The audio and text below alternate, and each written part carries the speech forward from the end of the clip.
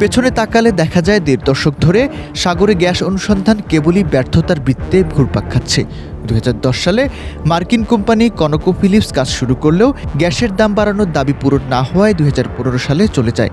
এরপর অস্ট্রেলিয়ার স্যান্তোস, সিঙ্গাপুরের ক্রিস এনার্জি এবং দক্ষিণ কোরিয়ার পস্কো দায়ু সবাই চুক্তি শেষ না করেই বিদায় নিয়েছে। সবশেষে ভারতীয় কোম্পানি ওএনজিসি একটি কূপ খনন করে গ্যাসের অনুসন্ধান না পেয়ে নিজেদের কার্যক্রম গুটিয়ে নিচ্ছে। পতিত আওয়ামী লীগ সরকার এবং পরে অন্তর্বর্তী সরকার দরপত্র আহ্বানের দিকে এগোলেও রাজনৈতিক অস্থিরতা ও বিনিয়োগে আস্থার অভাবে কোনো বিদেশি কোম্পানি চূড়ান্তভাবে সাড়া দেয়নি। তবে নতুন নির্বাচিত সরকার দায়িত্ব নেয়ার পর এই স্থবিরতা ভাঙতে নিয়েছে ঐতিহাসিক পদক্ষেপ। সরকারের ১৮০ দিনের অগ্রাধিকার কর্মপরিকল্পনায় গুরুত্ব পেয়েছে স্থলভাগ ও সাগরের মোট ৪৭টি ব্লকে আন্তর্জাতিক দরপত্র আহ্বান। জানা যায় তেল গ্যাস অনুসন্ধানে মডেল PSC ২০২৬ চূড়ান্ত করা হয়েছে।